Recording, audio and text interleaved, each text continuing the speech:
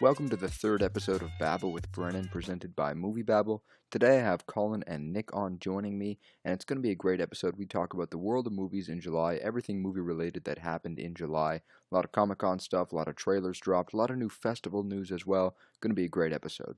So I'm going to jump in right here. The first topic we're going to talk about, it's out of Comic-Con earlier this month. This actually was one of the opening events that day, Terminator Dark Fate. This is a franchise that is trying to reinvent itself here with this film. I believe it's the sixth Terminator movie. That's kind of weird to say, but we're gonna have a sixth one. I believe that they're retconning everything besides the first two for this movie, bringing back Arnold again. Sarah Connor is getting up in here. It's going to be interesting. But you know what? This is a franchise that I think at this point I feel like I'm out on it. But then every time they release a movie, I'm interested again. I'm happy that it's R-rated. I think that gets a little bit more excitement in there. There's a decent people behind it making this movie, but really this is a franchise that I think has overstayed its welcome. I'm going to turn it over to Nick here. What do you think about this? It's one of those weird things where we heard for a while, like it seemed like right after Genesis bombed, they were immediately Paramount immediately went back to the drawing board and it's like well we have literally no other IPs, so we have to kind of figure out how to make this work. And so they brought in Tim Miller, and obviously James Cameron's been working on this too. And they've been kind of just storyboarding and figuring out ways to make this work for a while, which makes me interested. But at the same time, I always get kind of concerned when Cameron tries to shepherd a project and just kind of leaves it for whatever he's working on. So he's just working on 10 Avatar movies, whatever. But I am interested in this movie because I do it seems like in the wake of the success of Halloween from last year, where it seems like all these kind of dead or almost dead IPs are just going to try to maybe just pick up or where it was still good and ride those member berries or coattails just a little longer. It's very interesting. I'm very intrigued, and I really like everyone in this. I don't know. We'll see. It's weird, but I think this is the last chance for Terminator. If this one does not do well, it's probably done. I don't really see anywhere else they could go from here. But one thing I do want to throw out there, I think it's pretty exciting, is that Arnold's Terminator has a name in this one. It's Carl. Sure. I think that's probably the thing I'm most excited for, hearing them refer to a Terminator by the name of Carl. Where did they come up with that? It's so stupid. But I'm here for it. No, I have no idea. I think that this movie it needs to be big. I think that it might be the swan song for Arnold Schwarzenegger and Linda Hamilton in this franchise. I think that might happen. I don't know. I think that if they have a successful movie on their hand in terms of box office, there's going to be another one, no matter what the quality of the movie is, in my opinion. But you know what? I don't know. I don't know. What about you, Colin? Are you in on this movie or no? Yeah, I mean, Terminator hasn't really been good since 1991, and so I like that they're kind of trying to go back to that. And this is obviously the first one to have Linda Hamilton back, and she was really resistant to the third one, which is why she wasn't in it. So the fact that they got her on board kind of gets me a little bit more excited for it. And I mean, they got Arnold back, but he was also back for Genesis, and we saw how that went. So I'm apprehensive. I want it to be good, and I like the team behind it, but kind of like what Nick said, I am a little reserved just because Cameron started and then left, because now he's got 5 or 6 or however many Avatar sequels to work on. So I kind of want to hold off getting excited for this one until we get a little closer to it. Yeah, for sure. Before we go though, I do want to say I think that I don't know how you guys felt about it, but I think that this had a phenomenal first trailer. I really liked the first trailer. The music, just the sequences that were shown, the cinematography. I thought everything, and just the way they cut the trailer, I thought everything was pretty good in it. Some of the dialogue they chose to reveal in the trailer I didn't love, but I just liked the visuals in the trailer and how it was set up. So yeah, I think that maybe it's promising. We'll see. The next one we're going to move on to here, next topic here, is the new Top Gun film that's going to come out, I believe next year. And I just want to highlight one quick thing here. Tom Cruise is actually flying the fighter jets in that trailer. What more can he do? That's my question. What more can he do? I don't know, kill himself. Like I, it's like he's like I don't understand. Like he has to be a little insane. I mean, not to get into his personal life, but maybe. He's like I really do appreciate though how he always talks when he goes on talk shows and things like that. He's like I want to give people like a feeling that they've never felt before when they go to the movies, and which is you can kind of feel it. Like he's like one of the few movie stars left, and people appreciate his films and come out to see him, and it is like I mean, hey, like I would never tell an actor to do anything like that, but like if he's full and willing and someone is willing to give this movie insurance, like by all means, like do your thing, Tom Cruise. I am worried though. It's like he's in his 50s. Like the man needs to slow down at some point, right? Like it's a little unnerving, but hey, I'm here for it. Top Gun 2, it looks fun. Well, they got, from my understanding, like I can't remember what branch of the military, but like the Navy, I believe, is like actually on board with this, and they're normally pretty restrictive about. Well, I say that they're like sometimes really restrictive about like how they let their aircraft be used or like how they let the military be presented. Like they're really weird about it. But I like that they're on board with it. And I mean, Tom Cruise is doing his own stunts, so I can't really complain there. Yeah, I feel like it's because the first Top Gun like is fun, but it's basically like a glorified like Army recruit or Navy recruitment video, and like there's stats that came out afterwards where there was like a 6-year spike in like applications like after that have like never been reached ever again. So maybe we're getting another Go Navy movie, basically. I don't know. it's I mean it probably goes along with that kind of with the Navy being cooperative and all that, but I don't know. It is very odd. No, for sure. I don't know if he can top this sort of thing. I mean, he's the Halo jump last year was pretty cool in Mission Impossible Fallout.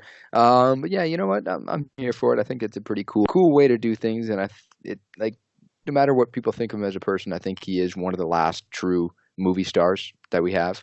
So I think it's just cool. Comic-Con didn't have much this year. I think that it was a little underwhelming. I mean, the MCU, a lot of stuff dropped there, but besides that, I don't think there was too much. The Black Widow prequel has a great cast, phenomenal cast. But I want to ask you guys real quick, what's your thoughts on this film? I know we're really far out. We haven't seen a trailer. We don't really know much about it. But just from what you've heard and just from what just your thoughts, do you think this is a necessary movie to be made? No. It feels like I don't know, Marvel kind of grasping for ideas a little bit. I mean, I guess spoilers for Endgame, but we just kind of saw Scarlett Johansson just die. Like it feels like they're writing themselves into a hole with this movie. I'm not quite interested, but like Florence Pugh is great. Shout out to her in Midsummer and Fighting with My Family, and David Harbour is wonderful, and Rachel Weisz too. So like I guess that cast, I mean, you assemble that cast, and like I'm gonna go see it. It'll be interesting in that sense. Yeah, I think it feels a little redundant just because she is dead. Like if she was still alive, maybe it'd be interesting to kind of go back. But so like as far as my investment with Black Widow, not really. I think it's several years too late for a Black Widow movie. I do like that they're bringing in Taskmaster and some more of this espionage side of S.H.I.E.L.D. and the Marvel Universe, which we really haven't seen unless you watch Agents of S.H.I.E.L.D., which I don't think anybody really does. So I'm interested to see him take that direction with it, but it just feels like the least exciting thing on slate for Phase 4. Yeah, you know what? I'm not going to say too much here. I am excited for the movie, but I think that it could go one or two ways. If they really, because the MCU, they follow a very strict formula. I think that if this movie disregards a lot of that formula and tries to be different, I'm here for this movie, and I think it will be very, very interesting, and I'll be pretty pumped for it. But if they really do try to just follow the formula, I think that it is going to be a little unnecessary. It's cool that she's getting her own movie, and I think that it's nice that she's kind of going to get that cred because you've had so many years of all the people around her getting movies, and now finally she gets to Scarlett Johansson gets to have her movie. And there was a report that she said she was fine with leaving the character as is after Endgame, but she wanted to do this to elevate the genre. So I think that's an interesting take, an interesting statement. So I guess we'll see. I mean, I'm really excited for the first trailer for this movie, so we can actually kind of see the vibe that they're trying to go for. But at this point, it's kind of meh for me. Another thing they talked about was the Eternals. A great cast in that film as well. I'm not going to go into that too much, but that's something I'm looking forward to. How about you guys? Yeah, I think it's another one of those things where I like that they're expanding in the universe a lot. And I mean, I'm sure we'll talk about some of the other cosmic stuff they're doing with the other stuff they announced. But I think, again, it's just like another weird corner of the Marvel universe to explore that isn't, nearly as popular or well known as everything else. Right. Yeah, I got to be honest. I know nothing about the Eternals. Like, I try to be up on my comic book knowledge, but I literally know nothing about this. So I look at that cast and I see Angelina Jolie, Kumail, and Richard Madden, Salma Hayek, and I think really Bobby Brown is in there somewhere too, and I'm all for that. So I literally have no idea. So I'm going in blind. We'll see. It seems like the next phase is going to be very different from anything we've seen before. It looks like they're branching out big time. And I think if a lot of these movies land, we're going to be seeing the MCU forever. If they don't, I don't know. We might have to put a timeline on this whole Marvel Cinematic Universe. But Mahershala Ali, he's going to be also joining the MCU as Blade. I actually must say I've never seen the original Blade films. So I don't have that connection to them, but I know some people were a little bit angry about, not angry, but I know some people were getting a little bit nostalgic. It kind of reminded me of the Sam Raimi trilogy and all those people who are a little bit nervous about newer Spider-Man movies, really hold on to the past. Were you guys big fans of the original Blade movies at all? Blade is just like a really weird franchise because it came like right after Batman and Robin. I think the first Blade came out the same year, or maybe a year or two after. And so like there weren't really superhero movies, and then there's just this Wesley Snipes nonsense hunting vampires, and like it's like typical 2000s Marvel movie, like terrible CGI, just like really cheesy dialogue. But like it's just like a fun, weird little thing. I'd say after the first one, none of them are really that worth it. I mean, the second one's all right. Third one's just utter nonsense. But I think it's neat in the fact that it's this R-rated Marvel movie, and it was their first attempt at movie since Howard the Duck.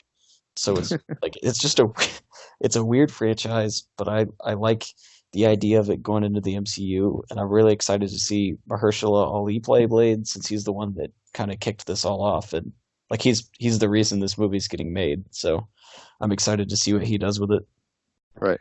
Yeah, it's those original movies just coast off of Wesley Snipes' charm, like in all sense. Like he's just really fun, and I mean his famous line from that movie. What is it like motherfuckers try to like always like ice skate uphill or something like that. Is that what like, he says? It's something like that, and like he just like said that in like a meeting, and like the writer of the film was like, "Ooh, that sounds cool. Let's put that in the movie." And he was like, "What?"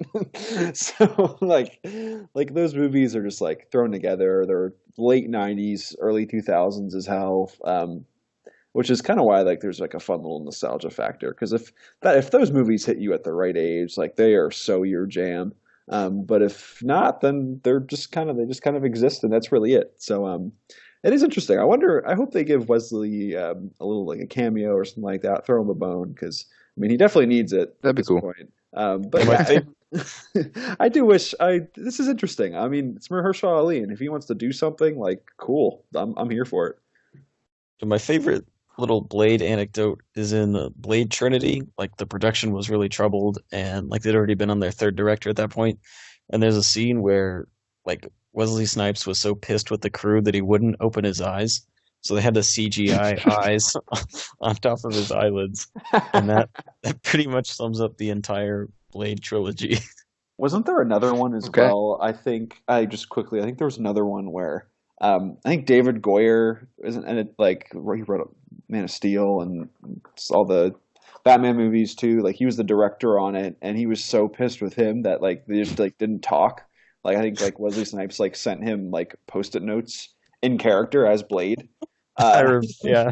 So yeah, it's a fun little artifact of all this Marvel stuff. So it'll be really interesting to see what Mahershala does with it. I could never picture those issues happening with the MCU movie today. I think they're just on a roll right now. I could never see that happening again. Yeah.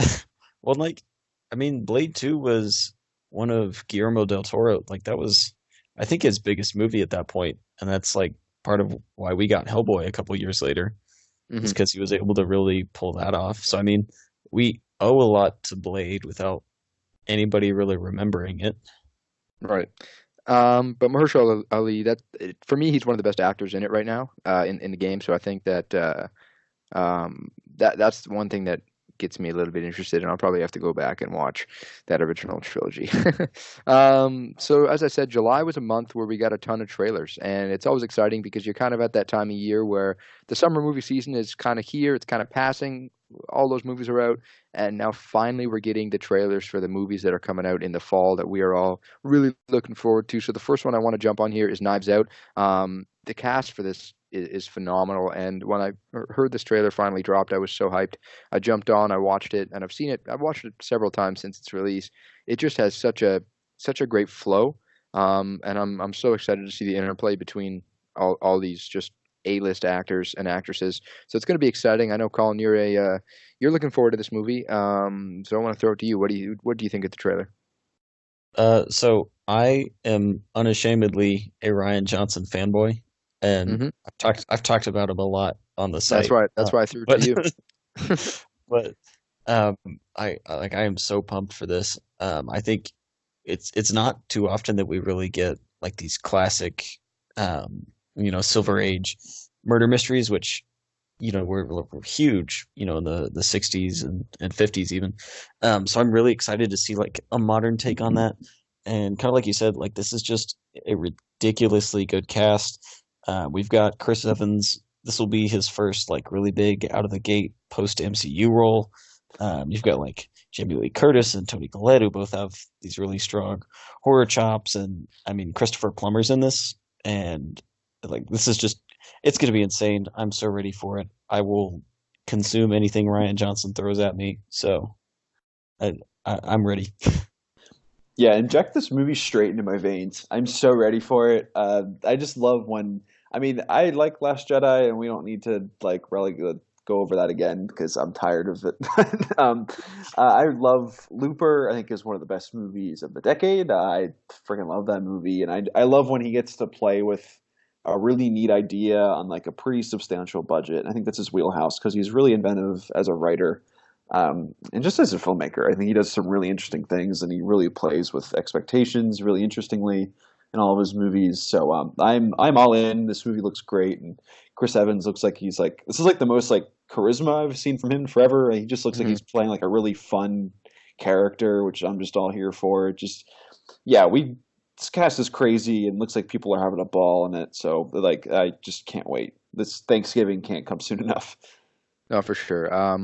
Well, Michael Shannon there as well, Daniel Craig, and Lakeith Stanfield, who, in my opinion, he's one of the most best up and coming actors right now. He's quickly making his way into my favorite actors list. He's pretty phenomenal. Another big trailer that dropped recently was another Disney live action film that's coming out. It's the Mulan trailer, and while I found the trailer to be all right, I am incredibly excited for this movie because I think that it has the potential. Who knows? It may let me down, but I think it has the potential to be different than every other live action Disney adaptation we've ever seen because the budget for this movie is apparently going to be $300 million. That is Jesus. $50 million more than what The Lion King had. It's apparently I think this could be like it could feel like an epic. I know that the music aspect of it is apparently going to be toned down, like they're not going to be breaking into song. Um, I'm actually down for that, and I'm looking forward to this movie just because of that budget. It should be interesting. What do you guys think? Yeah, I'm in. I'm one of like the most cynical people when it comes to the live action remakes. I don't really see a point in any of them, and we'll get to my Lion King hot takes in a few, but this movie is I'm really interested.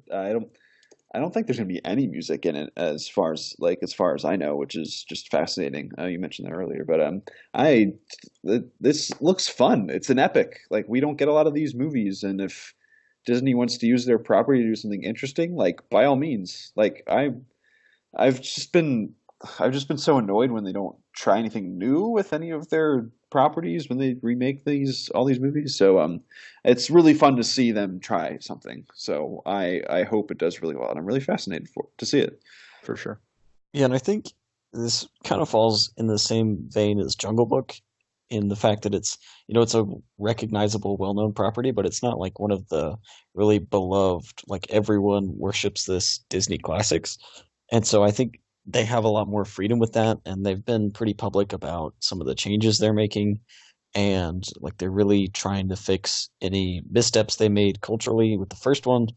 And I mean, I have no doubt this is just going to be massive in China. But I 100%. really hope that these steps they're taking are really going to make this stand out compared to all of the other half-assed live-action remakes we've seen lately. The next trailer we're going to discuss is one that's dropping later in the year, in December. You got a great cast. There's a competent director here who did films. I believe he did The King's Speech. He worked on that, and Les Miserables as well. This is the Cats trailer. Nick, what do you think of this trailer? I'm just gonna reject it. No, this movie gave me nightmare. This thing gave me nightmares. Like it's so weird to look at, like all these things, and we're giving like crazy budgets to like cats, and it's just like what is this world? Like what are we doing? I'm not a fan of Tom Hooper as well. I don't really like The King's Speech or Les Mis. I don't really find anything he does very interesting. Shout out to Tom Hooper. Sorry. But this movie just, it's like just, I'm here for the memes and like nothing else. I'm not looking forward to seeing this at all. Yeah, I don't know if you guys are familiar with The Unbreakable Kimmy Schmidt on Netflix, but a big part of the final season is the play Cats. And in the show, they reveal that the only way you can get on Cats is if you just jump on stage during a performance, on like a live on Broadway performance. And I feel like that's how this movie was put together.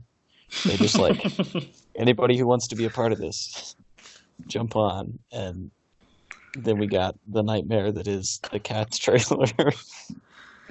I wasn't ready to see James Corden as a cat. We got Jason Derulo in there too, and Rebel Wilson. Yeah. Like, what is happening? Like, what is this? I know this was I don't know. This is going to be interesting. I think that this has the potential. Ian McKellen as well. I'm excited to see that. What is happening? I don't understand. You know what? I think that this could be a big hit. Just in terms of people who like the source material, people who like cats, and people who are interested in what the hell this is. And I think mix that together and you might actually have a very profitable movie. But for the time being, it's just going to be getting past how the design of the characters are, because it's just watching it just doesn't feel real. I don't feel like this is legit. Like I'm watching, is this really happening when I'm watching it? And yes, it is happening. And I have to prepare for that on December the 20th. Oh, God. Is that it for Cats? You guys are good? Yeah, I don't want to talk about this. Please move on. The next trailer here, this is a movie that I'm pretty excited for. A Beautiful Day in the Neighborhood, and it's the Mr. Rogers biopic, and it's going to be starring Tom Hanks as Mr. Rogers. I was never, like, as a kid, I remember watching a few episodes here and there, but I didn't have a huge connection to Mr. Rogers and his show. But I do remember, I can recall myself watching some of the episodes as a kid. But the documentary last year, Won't You Be My Neighbor, it was one of my favorite movies of the year. I went to see it a couple times, and it was so impactful. For me, it was a phenomenal documentary, and I kind of like this trend of late of seeing a documentary and then the theatrical movie come out near each other. I mean, we saw that with the Apollo documentary and First Man, and now we're going to see it here with A Beautiful Day in the Neighborhood this year, and then obviously last year, the Won't You Be My Neighbor documentary. And I think this trailer was really good, and Tom Hanks sells it, and I'm really, really looking forward to this movie. I'm going to throw some water on that fire there. I'm not very interested in this. I'm not very interested in this. I got to be honest. It looks very, very much like Oscar bait. Like the idea of like a reporter going to interview this very influential person just feels like a very like hacky screenwriting trope to me. And then, I mean, yeah, like I loved Won't You Be My Neighbor. It's one of my favorite movies of last year as well. And after seeing that, I'm like, I don't really need anything else Fred Rogers related. That's kind of like the perfect thing for me, like that documentary. So, I mean, I'm sure it's going to be one of those kind of just solid, well-crafted movies with a very solid performance, like we've seen time and time again with Oscar movies. That's probably going to be what it's going to be. Yeah, Mr. Rogers was always like a really central part of my childhood. So I was just like absolutely destroyed by Won't You Be My Neighbor last year. But I'm kind of in the same boat with you, Nick. It just seems really cliched and predictable. Don't get me wrong. Sorry, Brennan. I'm all here. right. Tom Hanks is Forrest Gump. Damn it. I'm not thinking as Mr. Rogers. It's the accent that got me. But as Mr. Rogers, and it's bothering me that I said Forrest Gump. Anyways, as Mr. Rogers, like I think he's pretty much the only person that could play. Like it's one perfect person playing another, and so I'm all here for that. But as far as like the movie itself, I think it's just going to be like really Oscar-y. Look at the reporter and like, oh, it turns out Mr. Rogers was the one looking into his life the whole time, and I just don't have high hopes for the script. Okay. You know what? Tom Hanks, here we go. Let's do it. No, I see where you guys are coming from, and I definitely understand that for sure. I see what you guys are trying to say there, but I'm still pretty excited for this movie. I think it was a really strong first trailer, and I think it really got the point across. Next year, Jojo Rabbit, Taika Waititi's hate satire. I know also, Colin, you're a pretty big Taika fan, aren't you? Oh yeah. Yeah. Okay, so I'm gonna throw it to you for this one. What do you think of this trailer? Yeah, so besides Rian Johnson, Taika Waititi is probably the other director I talk about the most. But I'm all here for it. Like, it's such a bizarre and, like, really untouchable premise that he seems to just be running with. And I mean, he's got a lot of steam coming off of Thor Ragnarok that he's kind of at a point where people are willing to throw him good money for independent movies like this. And, like, I am 100% on board. Like, give it to me now. I need this. Yeah.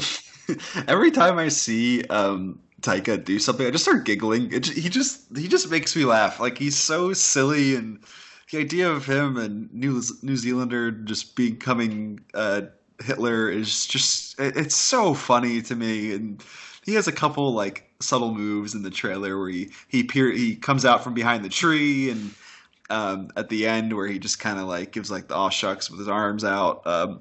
Everything he does kills me, and I'm in the same boat with Colin here. This looks so fucking funny. I'm so in.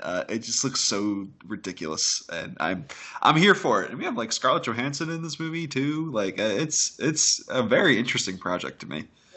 Yeah, the fact that Walt Disney Pictures is the distributor, isn't that weird? That's a little weird now. It's very strange. The trailer was fine. I am really excited for the movie though. It's just a trailer. It didn't really show much either. I think it was just kind of a taste of what you're going to see. Like, it didn't really give away too much at all, which is something I respect with trailers. Did you guys find that it kind of felt like a wet, like, I'm not too familiar with Taika Waititi besides Ragnarok. But did it look a little bit like a Wes Anderson movie? A little bit. You kind of get that sense. It's a little irreverent, and the shots are kind of like they seem very square, and it's just kind of it seems very quirky, which is obviously the word that Wes Anderson gets attributed to a lot. So I could definitely see that. There's definitely some sensibilities going on there. It reminded me a lot visually of Boy, which was his first movie that he really got a ton of attention for, and it's also shot just like this really kind of quirky but interesting way. And I think he's kind of going back to his roots on that. Right. Okay. Yeah, I'm pretty excited for it though. I think it's going to be interesting. I think also another thing that just kind of made me think about it was Moonrise Kingdom, just the Boy Scout outfits. I think that's probably that's one of the things. it, yeah. That's just thinking about it now. That's probably what. But even just the shots as well. You're right. It just kind of gave me those vibes. But I'm really excited for this movie. I hope it does have a lot to say. I think it's going to be really interesting. The next trailer we're going to move on to is Zombieland 2 Double Tap. The first film is a really enjoyable movie. The cast is phenomenal. Obviously, they're not really there to act their butts off. It's a comedy, right? But the first film is really funny. What do you guys think of the first movie? Before we go into this trailer, what do you guys think of the first Zombieland? Really great. I love it. It's fun. Great cast, and it's really fun to see them again. It's crazy that they got them all back. Yeah, Zombieland was the first R-rated movie I snuck into. So I've adored this movie since day one. But yeah, it's weird that they got them all back, especially 10 years later. But I'm ready for it. Yeah, no, and Emma Stone said that she wanted them to reunite every 10 years for Zombieland. So I think that'd be cool. But I thought this was a fun trailer. The first movie is a very isolated. It's not a very grand film. It's very focused.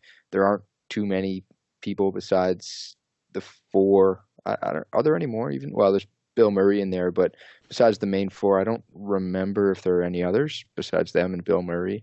Obviously zombies as well. But this movie looks a little bit bigger. There are a lot of kind of different actors and actresses that are in this trailer. So I'm nervous to see if they can pull off a bigger scaled film, but I'm sure they probably gonna have a much bigger budget on this movie. So I'm pretty excited for it.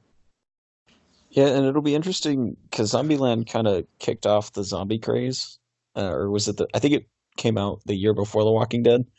Yeah. And so it'll be interesting to see it after that craze has really died down, just to see how well it connects and how big of a success it actually ends up being. Right. My favorite part of this trailer, the Zombieland 2 trailer, is it opens up with Academy Award nominee Woody Harrelson, Academy Award nominee Jesse Eisenberg, Academy Award nominee Abigail Breslin, Academy Award winner Emma Stone, and then it's for a movie called Zombieland Double Tap.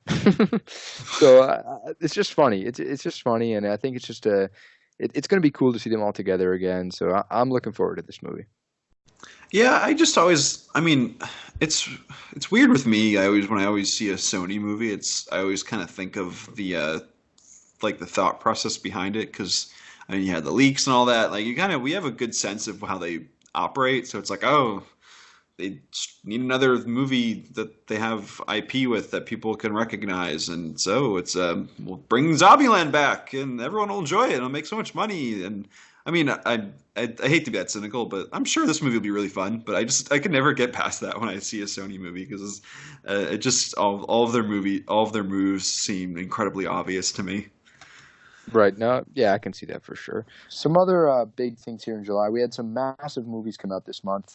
Three of them in particular. We had Spider-Man Far From Home all the way back at the beginning of July. Then we had kind of The Lion King come out here and blow up, really. This movie hit $1 billion after its second weekend concluded. So this is becoming a massive hit. And then also, obviously, Quentin Tarantino's Once Upon a Time in Hollywood just dropped recently as well. So those are kind of the three more standout films of July, just in terms of their reach in the general public, just how much money they're making and just how big they are worldwide. So we're going to start. I want to talk about these movies a little bit. I want to get you guys' thoughts on it. I know Colin's thoughts on Spider-Man, so I want to shoot it to Nick real quick because I have no idea what you thought about this movie. I think like every other Marvel movie, it's very competently produced and it's fun, and the lead character is really delightful, and all the other make other side characters really fun. I definitely would. In the end, I think I would like side with that. I liked this movie, but I don't really.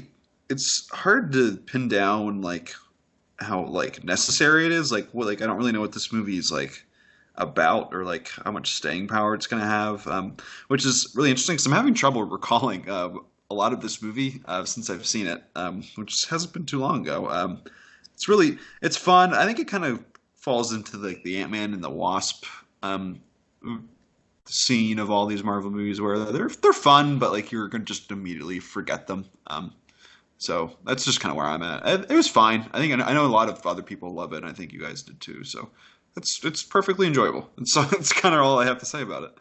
And before I swing it to Collin there, I will say I really enjoyed this movie. I thought it was kind of a perfect summer blockbuster. Like I think for me, it delivered all I want in a summer blockbuster. I really had fun with this movie, and I really did like Jake Gyllenhaal as Mysterio. I thought his character was really good. I would like to see more content for that character, but I think what we got was really great, and it seemed like he had a great time with the role.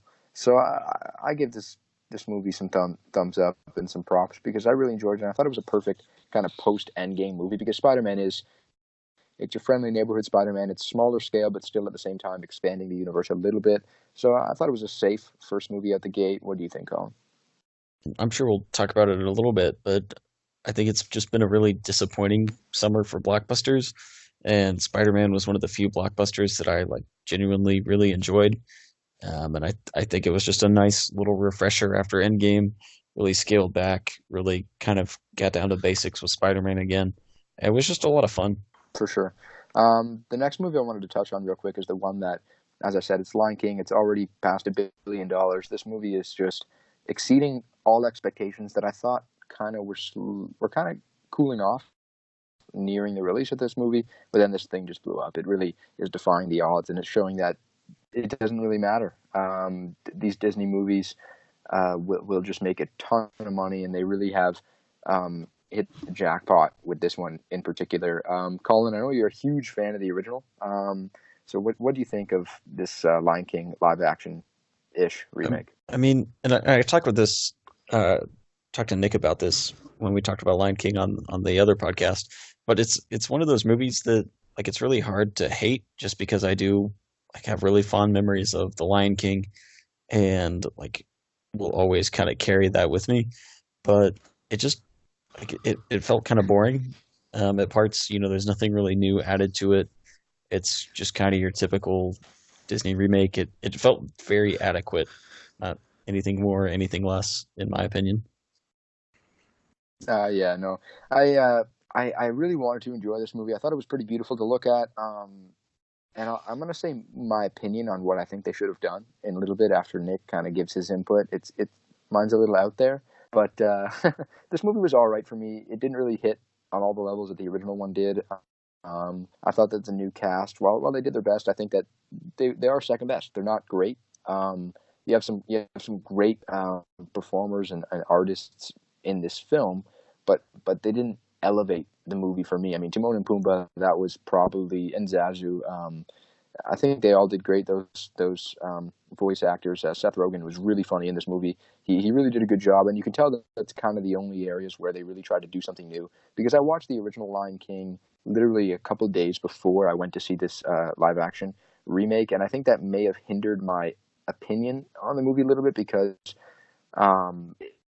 it is essentially shot for shot, and it is literally a copy and paste the screenplay. So I was a little bit upset with that. I wanted to see something fresh and new. I think the movie is beautiful to look at, but it's nothing special for me. Yeah, I kind of hate this movie. Contrary to what Collin said, I really don't like it at all, and I think it just kind of represents like the worst of Disney at this point. Like there's like I strain to like find anything like artistically like interesting about this movie. I don't really see the point in having it. I mean that even goes beyond like, oh, we shouldn't have remakes. Like I watched the movie and I don't really understand the point of having it at all. I personally like the CGI wasn't great either to me. Like, it's still pretty obvious that they're CGI like things when they move around and whatnot. So I mean, yeah, Seth Rogen was really great, and Billy Eichner was also really great, which is kind of what helped me from from not falling asleep during this movie. So I really did not jive with this movie at all.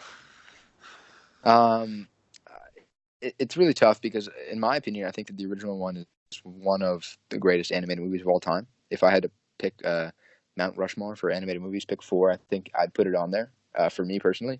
I just think it's a really, really strong, solid movie, and it really, really has everything that you want in a movie. I think the original one does. This one, I kind of agree more with Collin. I found it hard to hate on the movie, but I didn't really like the direction of this thing, and it's weird because the Jungle Book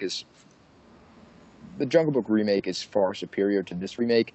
It's a lot more fun to watch, and I would actually go back and watch that again, whereas this new live action remake, I don't know if I will ever have the urge to watch this again. And I think that's kind of the issue with it as well. It's just like that's kind of why I don't like any of these, because it's just we're not going to watch this ever again. It's the curiosity factor of it being recreated, and that's really about it. And so these things bother me. I'm very frustrated over here. So what I was going to say, I don't think they'd ever do this. Never in a million years would they do this, because it might hurt the nostalgia of it. But what I would have done with this movie is, because personally I know you, Nick, didn't love the CGI. I thought the CGI was really great. I thought it looked phenomenal. There are a few aspects that I didn't like. I didn't think the sound mixing was great with the mouths for all of the animals, but I thought that the movie was nice to look at. What I would have done is turn it into a nature documentary, but instead of having David Attenborough in the background talking, have the classic Lion King songs tell the story, and not have them sing it, not have the characters or animals singing the songs, but just have them in the background as they're doing things. I know that would never happen, but some of the scenes in this movie where they're kind of just showing animals doing things and it looks kind of pretty, that's where I got that idea. I don't even know if I'd like a movie like that, but I think it would have been a lot more ambitious, and I would have found it a little more interesting. But it's something that I don't think they'd ever do, and I don't even know if I'd encourage them to do it. But that's just something that I'd be interested in seeing. Just had to throw it out there. Well, I like that idea more than the movie we got, so I'm in. Yeah. Sure, why not? I think it would shave a little bit of the runtime off too, because this movie is. It didn't even it cut out a little bit from the original, added a couple new things, but it's like 35 minutes longer than the original in runtime. Like it's weird that kind of happened. But the last film I want to talk about, the other kind of big July movie, is Quentin Tarantino's Once Upon a Time in Hollywood. This is a movie that it's pretty exciting. It's pretty awesome. What do you guys think of this movie? I mean, I loved it. I don't know how else to better kind of encapsulate. Like, I just thoroughly enjoyed it. I have few, if any, problems with it. Yeah, every time I watch a Tarantino movie, it just feels like a nice warm blanket, which is kind of weird because his movies are very violent and like very off-putting in a visceral sense. But it just feels like such like pure filmmaking. Like, it's just shot on film, and all these sets are real, and it's crazy, like good performances, like some of the best you'll see of the year that these movies come out. And I love all the choices he makes in this movie, and I think they really kind of accent what he's trying to get at with ending of eras and careers and looking back on what you've did and the legacy you've created. And I just think that's so fascinating, and it's within like a movie that intersects with the Mansons. Like, it's so juicy and interesting to like just think about, and I love it. I think it's maybe his most thoughtful movie he's ever made, and definitely since Jackie Brown. I just adore it, and it's a different feeling I have to a lot of his movies, because a lot of them are just very like, fuck yeah, like go kill the Nazis, like this is awesome, and I mean those are great, but it's very relaxing. This movie, it's calm. It's just we're kind of hanging out with all these characters, and it's really great. Mm-hmm. I love it. I really want to dive deeper into it and watch it so many more times. Yeah, it's a pretty different Tarantino movie from what we're used to, and we talked about this before we came on. It just feels different, and you have the great dialogue, you have the great screenplay, you have terrific performances, but I think the themes in this movie are really strong, and it's just a fun time overall, and I'm excited to go see it a second time in theaters because I think it deserves that. It's a good film. I don't think it's my favorite Tarantino movie, but I mean, after a second watch, maybe my opinions will change. It's one of the better movies I've seen this year. It's up there 100%. Yeah, it's pretty great. What about you guys? Let's say, what are, if you had to name a Tarantino movie that you'd put kind of up there as your number one, what would it be, Colin? It might be a tough question, but what do you think? What comes to mind first? I honestly think Once Upon a Time in Hollywood might be my number one. I really enjoyed everything it was doing with this movie. I enjoyed all the performances. I loved every minute of this. Obviously the easy answer is Pulp Fiction because that's, just kind of everybody's answer when it comes to Tarantino. But I really think this might be my favorite one.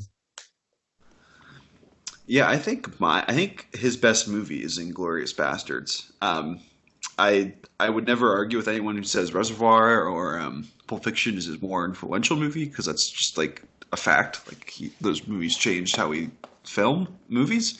But I think Inglourious was when he was working at the peak of his powers in terms of everything from filmmaking. Every camera movement is so precise, and I mean, Christoph Waltz is one of the best introductions we've ever seen to an actor, maybe ever. In that sense, I think that movie's incredible. But I wouldn't sleep on Once Upon a Time in Hollywood. Climbing up my lists, I re-ranked all of the Tarantino movies on the site, which you can read right now. But I had it at 4, and I behind Inglourious Reservoir and Pulp Fiction. But I could definitely see it climbing higher. It's a really great movie that I've thought about like just endlessly since I've seen it. I'm definitely looking forward to giving it a second watch. If I do have to give one film though, Inglourious Basterds is a pretty great movie, and that's just kind of the one for me that I'd pick as number one. And even the last line of the movie is just so Tarantino. You remember the last line? Yeah, I think this might be my masterpiece. Yeah. It's like no other director could get away with saying that except Tarantino in that movie, which is just it's so great. I love it. Yeah, no, it's a great kind of last line. The summer as a whole, though, a little bit disappointing. Don't want to get into it too much, but for you, Colin, what would you say? What's the high of your summer? What's the movie that you saw that kind of knocked your socks off and kind of blew you away? Maybe you didn't love it the most, but what's one that you really liked, and then what's your low of the summer? So, man, I guess when do you count summer as starting? So if you're talking, I'm gonna go at the traditional box office mojo summer calendar starts the first weekend of May. So let's start there. Okay, yeah, I'm gonna say probably either John Wick Chapter 3 or Once Upon a Time in Hollywood. If you're talking more like traditional blockbuster-y type movies, then definitely John Wick Chapter 3 is my top. Like from the first 10 minutes where he kills a guy with a book, he like kills people with horses. Like it's just nonstop like action insanity. And it was just like a really good movie just to go and just to watch. So I'd say that's probably my top if you're talking like blockbusters, but just regular movies if you want to call non-blockbusters regular movies. I really liked Once Upon a Time in Hollywood. The Art of Self-Defense was great. And as far as my most disappointing or least favorite, I'm gonna have to say Godzilla. Like I really can't stand thinking about that movie. And I've talked about it before, but that's definitely the low point of the box office for me this summer. All right. What about you, Nick? Yeah, I'm with Colin. John Wick 3 rules. These John Wick movies just keep getting better and better, and yeah, it's really great. And Once Upon a Time in Hollywood, probably one of my favorite movies of the year so far. So that was outstanding. And we got some other movies thrown in there too, like Booksmart was really great. Last Black Man in San Francisco was really great as well. These little smaller movies, but I Mm-hmm. guess my loser would be the entire month of June. Because we had first weekend we had Dark Phoenix and Secret Life of Pets 2, and then after that was Men in Black and Shaft, and then weekend after that was Anna, Child's Play, and then we had Toy Story 4, which is another movie I should mention is one of my favorites because it was just delightful. But and then after that we had Annabelle and Yesterday. So yeah, besides Toy Story 4, June was a turd. It's is tough. For an entire month there, it was just really hard going to the movies. Yeah, for me, the one I'll just pick one at the top, and I'm going to put Toy Story 4 for that because it's the movie it was the movie I was most nervous for, and it's the movie that really went above and beyond for me, and I really enjoyed it. I thought it was really solid, and it's definitely one of my favorite films of the year. So that's the one that I'll kind of put as my high point of the summer, kind of coming out of the theater. I was like, yeah, that was really great. I'm really happy that was great, and they really pulled it off. So I'll put that as the high point. The low point of the summer for me, I don't think there's anything that I would rip to shreds this summer, but there are some movies that I think were a little bit dull and a little bit underwhelming. I think The Lion King is a candidate. Godzilla is another candidate, despite the fact that I didn't dislike it as much as Collin did. I thought it was okay. It was underwhelming for me. But yeah, I think there were just kind of a few things mixed down there. A lot of kind of bummer movies that just didn't really elevate. So that kind of wraps up the month of July for some of the bigger movies we want to talk about. But we also have some big film festivals coming up really soon, and we got a lot of slate confirmations recently. So the 76th Venice Film Festival takes place August 28th to September 7th, and there's some pretty big Hollywood films that are going to getting premieres there. Joker, Ad Astra, Marriage Story, and The Laundromat are films that are Hollywood movies that I'm looking forward to there. I think that Joker is the most interesting one just because of what the Venice Film Festival director said. He stated that this movie is going all the way to the Oscars. So are you guys in on Joker? Yeah, I mean, I'm a little apprehensive just because, this is a little bit outside of Todd Phillips' wheelhouse. I mean, he did do War Dogs a few years ago, which I really enjoyed. But it is something kind of different for him. But at the same time, I mean, you got De Niro on board, Joaquin Phoenix, like these people that were pretty anti-superhero were like actually excited about this, and just I've heard a lot of interesting takes on it, and it's going to be this really unique character study. It's not going to follow the comics at all, and it's going to kind of do its own thing. So I am all here for it. Yeah, Todd Phillips said that he literally came out and said comic book people might just get mad at this movie because it follows nothing. Like it's just they basically just Trojan horsed like a psychological study through a Joker movie. So anytime I get to see Joaquin Phoenix just like freak out on screen is just endlessly fascinating to me. The Master is probably one of my favorite movies ever made. So yeah, just watching him freak out, it's probably going to be great. This movie it's just weird, and I'm very excited for that. I'm really happy that superhero movies are just getting very strange and looking to do different things. I'm very excited to see it, which is not something I say about a lot of superhero movies these days. Yeah, I made a list at the beginning of the year of kind of my top 10 most anticipated movies. And a lot of them have kind of disappointed me, but of the movies that are left still to come out, this is number one now because of all the other ones are out. So I'm really looking forward to this film. I still think that the trailer for this movie is the best trailer of the year so far. I thought that the trailer for this was phenomenal, and I've watched it I think probably a dozen times at least. It's just so good, and I'm so excited for this movie. I'm so in for it.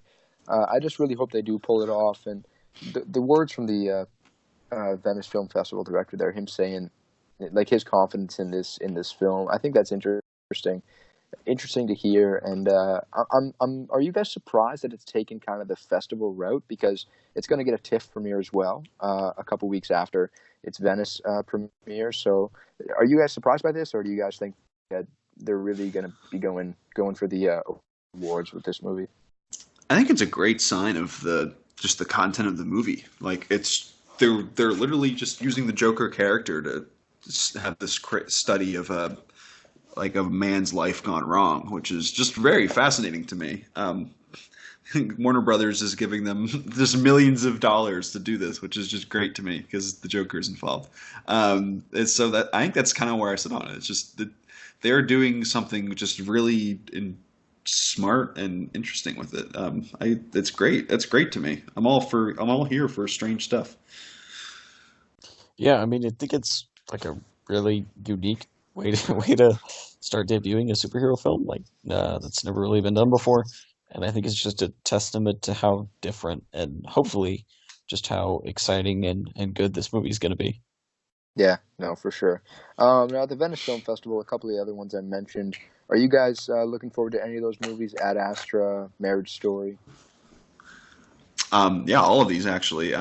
I should take that back because I don't really know what to make of Ad Astra. I mean, it was pushed back multiple times. The director James Gray is really good. He directed the really good Lost City of Z. If you guys haven't seen that, really great movie. This movie, like, we've heard so much about it, and like I don't really. It seems like it's one of those books that was really hard to adapt, and they're just kind of throwing it in September, and it's like, what does that mean? Like, is it a good like September is like that ground where it's like, is it an Oscar movie, or are they just trying to just throw it out in theaters? So I don't really know, but it's got Brad Pitt in it, so yeah, why not? Then Marriage Story, it's a Noah Baumbach movie, so I'm in. Everything he makes is just really great. So I can't wait for that. And it has Ray Liotta in it, which is just awesome. Yeah, I mean, Ad Astra is another one that I've kind of been watching for a while, and I think it could be good or bad. Like, I think it could very easily be just like, oh, this is one of the best movies of the year, or it comes out and everybody dismisses it because it's lackluster. So I'm just kind of keeping an eye on it for now. Yeah, I hope it is really visually appealing too, because any of these kind of space movies, they're movies that I love to see in theaters. I think they'll always look really phenomenal. So if it can kind of hit on that vein, I'll be interested and excited. And then also, I'm looking forward to this just for the compelling story, because I think that there's a pretty cool narrative to be told in this movie, and it's a pretty interesting kind of storyline there. TIFF is another big festival in September. It's the 44th annual Toronto International Film Festival, and that'll take place from September 5th to September 15th. They released a lot of their slate recently, and there's some movies here that I'm really looking forward to. As I said, the Joker film is going to be there as well. Parasite is going to be getting its North American debut here. It premiered at the Cannes Film Festival a few months back, if I'm not mistaken. Is this a movie that you guys are looking forward to seeing? Yeah, absolutely. I've not here. I don't really know what this movie is about. I haven't watched the trailer for it, but it's Bong Joon-ho, and it's apparently incredible. Like, people are calling it his best movie, and a lot of people I really appreciate love it. I know Sean Coates of MovieBabble has seen it already, and he's like freaking out about it quietly because it's apparently incredible. But yeah, I really don't know what it's about, and I'm kind of cool. I love when there's like these acclaimed movies like this that I just don't really know anything about it. So I'm really looking forward to it. Yeah, and I'm pretty much in the exact same boat as you on that one. From what I've heard, like, everything has just been phenomenal. So if it does decide to come to a theater near me, I'll be there. But I really don't know just a ton about it. Yeah. So it took home the highest prize at the Cannes Film Festival a few months ago. So I think that's one kind of sign that this is a movie that isn't sitting around. It's going to be on a lot of people's radars when it gets its North American premiere at TIFF. So I'm really looking forward to that one. The next one I kind of want to touch on is a film that stars Adam Sandler, and it's called Uncut Gems. Nick, take it away. I'm in. I'm ready. Adam Sandler and then Kevin Garnett as himself, The Weeknd as himself, Idina Menzel, Lakeith Stanfield, Judd Hirsch is in there too. And it's directed by the Safdie brothers. I have no idea what this is, but it sounds crazy, and I'm in because it's every time I've developed a formula, and it's very scientific. But if it's a Sandler movie plus directors you've heard before, that equals a really really good movie. So we saw that with the Meyerowitz stories, the last Noah Baumbach movie. So every time he shows up in a movie with directors it's probably really great. And Safdie brothers are pretty awesome. So this movie sounds insane, and it's probably going to be pretty great. So I can't wait. I'm in. I'm so excited. I really like when Adam Sandler does stereotypical Adam Sandler Netflix stuff, and I'm kind of in the same boat. Like this is kind of when we talked about Knives Out. This is kind of a similar strength to the cast, and it's just going to be Sandler doing stuff that he's not really recognized for. I mean, Judd Hirsch is in there too. I'm excited to see him. It's just going to be very different, but I think just really good at the same time. Yeah, for sure. So it's an A24 film. Netflix is distributing this film internationally. So it gets its TIFF premiere in a little over a month from now. I'm really interested because when Adam Sandler decides to do something other than the average Adam Sandler movie, which there are so many of, it's always interesting and it's exciting because you just don't expect it. I think that if you were to take someone who has never seen Punch Drunk Love or the Meyerowitz stories there, as you said, if you take someone who's never seen those and just is used to their other movies and drop them in Uncut Gems and take them to see that, I think that they'd have an interesting reaction probably because it's going to be different than what we've seen from Mr. Sandler in the past. Should be interesting though. The next movie I want to jump into is Ford v Ferrari. I'm actually really, really, really excited for this movie. I thought the trailer was pretty great. How about you, Nick? Are you in on Ford v Ferrari? I'm so in. It looks that we don't get a lot of movie star movies anymore, and this just feels like Matt Damon and Christian Bale it's just like being stars and just being really great and really interesting stories. I am very in. This movie looks like so much fun and has the Stone song in the trailer. It's just yep, I'm here. I'm here for this movie. It just looks so much fun, and we have James Mangold directing this first movie since Logan, which is just a stellar movie. So yeah, everything here it looks really great. Yeah, for sure. How about you, Collin?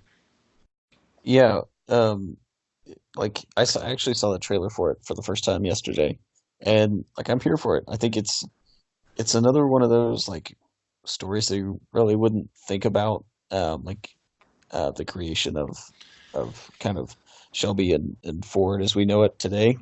But I think it's got a good cast. Christian Bale is always 100% on everything he does.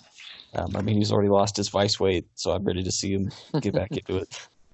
Yeah, it's wild. I mean, I was a little nervous because I didn't know if we were going to get another Bale movie this year because I didn't know about this movie early in the year, and I love to have a Bale movie every year. I think it's what the people need. So I agree. So yeah, I'm really looking forward to this thing as well. Great trailer. So yeah, I'm excited for it. I know the budget for this movie is near $100 million. So it gets TIFF premiere, and then it's going to go wide in theaters in November. I believe November 15th of this year. So that's pretty exciting.